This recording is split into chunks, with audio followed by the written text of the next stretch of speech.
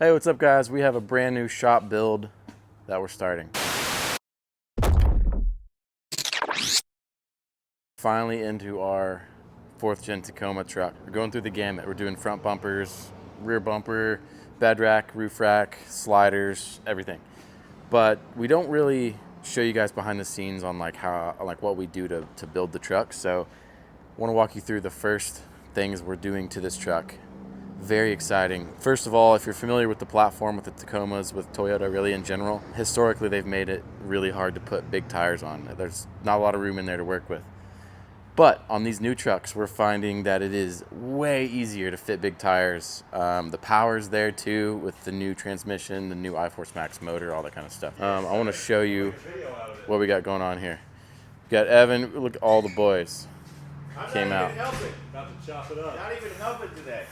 The very first thing we did is put a King suspension lift on it, and it's set at 2 inches right now. We kind of want it low and squatty, keep that center of gravity nice and low, while still having some good usable travel in there. It's on factory springs, factory uppers, but a 2-inch suspension lift from King. Also, I know the big elephant in the room here is these tires and wheels. They're massive, massive, massive on this truck. For reference, on our Tundra, these are 37 by 1350 by 17. Also ginormous. Even on this huge Tundra, they look huge. But relatively the same size tire on this tiny truck. So in person, this thing looks insane. For wheels and tire spec, we have 37 by 1250 by 17 tires. 17-inch mono-forged RRW wheels. And these are like a protection ring, so it's not a true beadlock. And this being a show truck, it's just easy for us to service. You know, if we're out on the road or at a show or something, it's easy to break down this wheel. These wheels don't weigh hardly anything. They're in like the 20-ish pounds range, somewhere in there, which is nuts. Kenda has sponsored us on our trucks this year for some tires, and we are loving how these look. These are the Kenda cleavers. Super sweet and aggressive. And then the offset on the wheels is a plus 12. So we think right now it's kind of right where we want it on this truck. The new gen platforms have a lot more positive of an offset. I want to show you guys what we are going to do to make these fit besides the lift. We have some areas marked here we're going to cut, and I'll kind of let Evans explain what we're going to do to make these work. All right, so like Grant said, we're going to trim to fit the 37s. Mo said they would fit. We said they wouldn't. He was right, but not without some trimming. And also, like Grant said, the 4th gen has made it a lot easier because you don't have to do the body mount chop necessarily. Instead of a big welded thing where the body mount is, there's this little extension that you can just unbolt. So we've already unbolted that back there, and we've already taken out the few screws that hold the felt liner down at the bottom, at the back and at the front.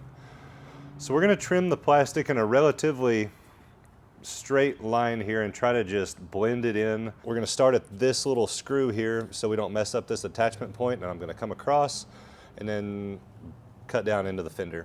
And then at the front, we're not going to go any higher than this first full little fin thing that you can see, because with the bumper we're developing, we're going to be cutting somewhere in that general area, and I don't want to mess up anything that's going to remain on the truck after we cut the bottom half of the bumper off. So we're going to get started and use a little DeWalt oscillating tool to cut any plastic, and then I've got a grinder with a cutoff wheel for any steel. Another little cool thing about this is we should be able to keep the felt wheel liner.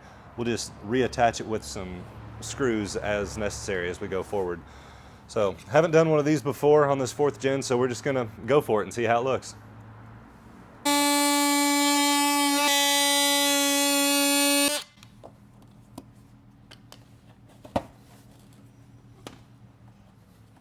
So before we get too far into trimming this truck, I want to talk about the proper way to do this, and that's honestly to take the coil out and cycle the suspension all the way up into the wheel well. So that way you can see where you're hitting. You turn the wheel lock to lock and rotate it and just see the space you're kind of confined with. So like all the way up to the bump, you know, is where you want to see for your trimming.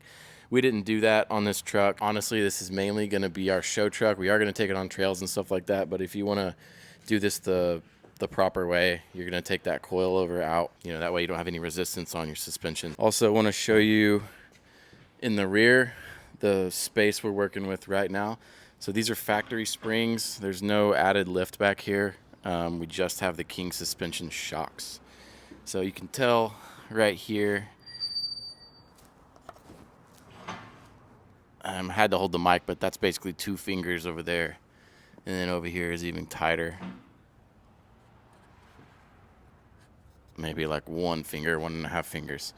Very tight there. We'll just have to put this on our flex ramp and see how much it gets into it, but I suspect we might need to trim a little bit on there. We're hoping it's gonna tuck nicely in the fender, but again, we'll see that once we get it on the ramp. But just wanted to show you a baseline before we start cutting what it looks like back here. Like I said, overall, so much easier to fit these than the previous gen Tacomas. I mean, I'm blown away.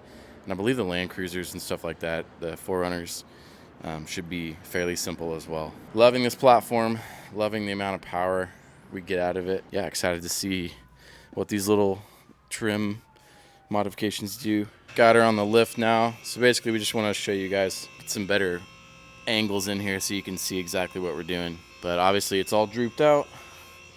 And this way we'll be able to turn the tire left and right and just see kind of the results of our trimming. Up on the lift at full droop. Got about 1 inch at the front, and we're really tight at the back. That lug right there is probably 1/4 inch within the bottom corner of that fender. So I'm going to grab the grinder and start cutting the actual fender now.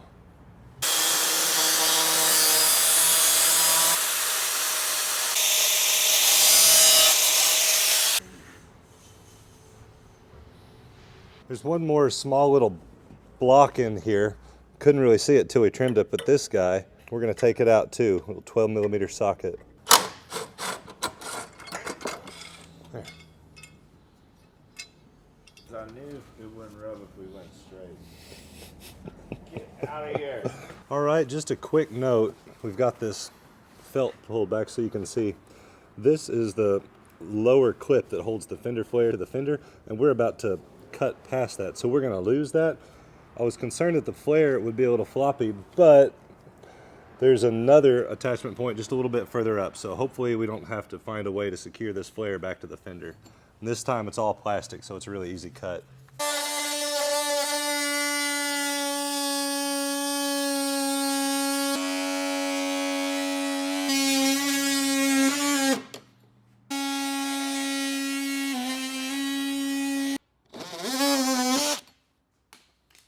I think I'll cut this little chunk out of here because it's not doing any good. It's kind of looking ugly.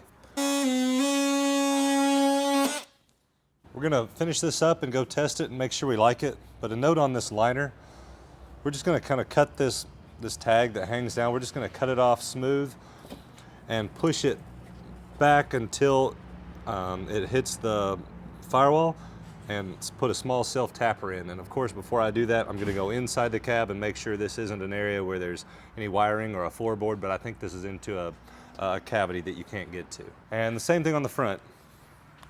We're either gonna trim the bottom off or tuck it under, and I think in this case, I think we're gonna tuck it forward above this little frame and then pull that forward with a zip tie. And we may figure out something a little more permanent later. The only thing that I've found to really screw it to would be this flat plate here. Watch out for the wiring plug, but it's a decent spot to put a screw and pull it forward. So now we're just gonna clean up the cut and put a little bit of white paint where we made the cut through the steel, and then do the same thing on the other side. All right, very first flex test. We didn't do any cutting in the rear at all. Kind of just want to see a baseline here. Let me go over here and see what we got. All right, let's see what we got.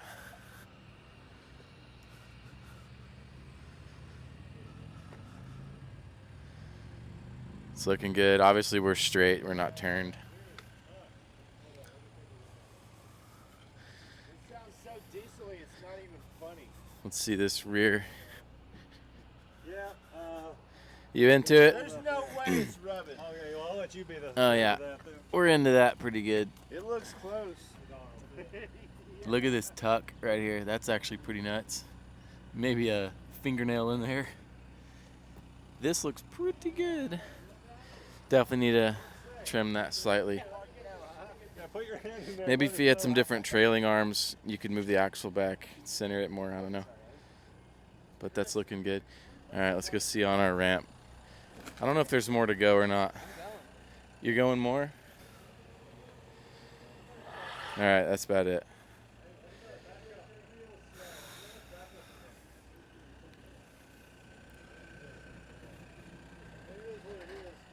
That tire back there is super tucked. The front looks good though. Obviously we're not turned, up on a rock or anything. But this right here, you can drive around town for sure. We might need to do a little bit of fine tuning here or there for the trail. But she looks pretty good. Glowing green. I love Dang, this thing's huge.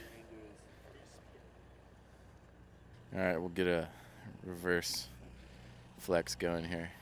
We didn't pin back that liner just yet. All right, let's see what she does.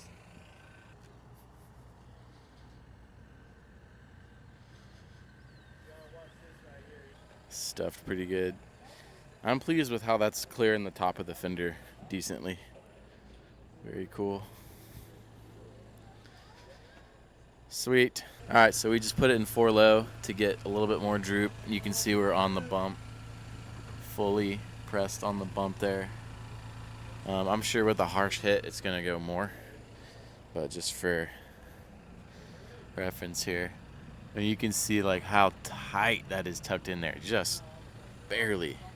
We're definitely into that. But I mean, guys, in person, this is such a big tire. Hope it's coming across on video, but pretty nuts. I know. The rear ran out. The rear shock ran out.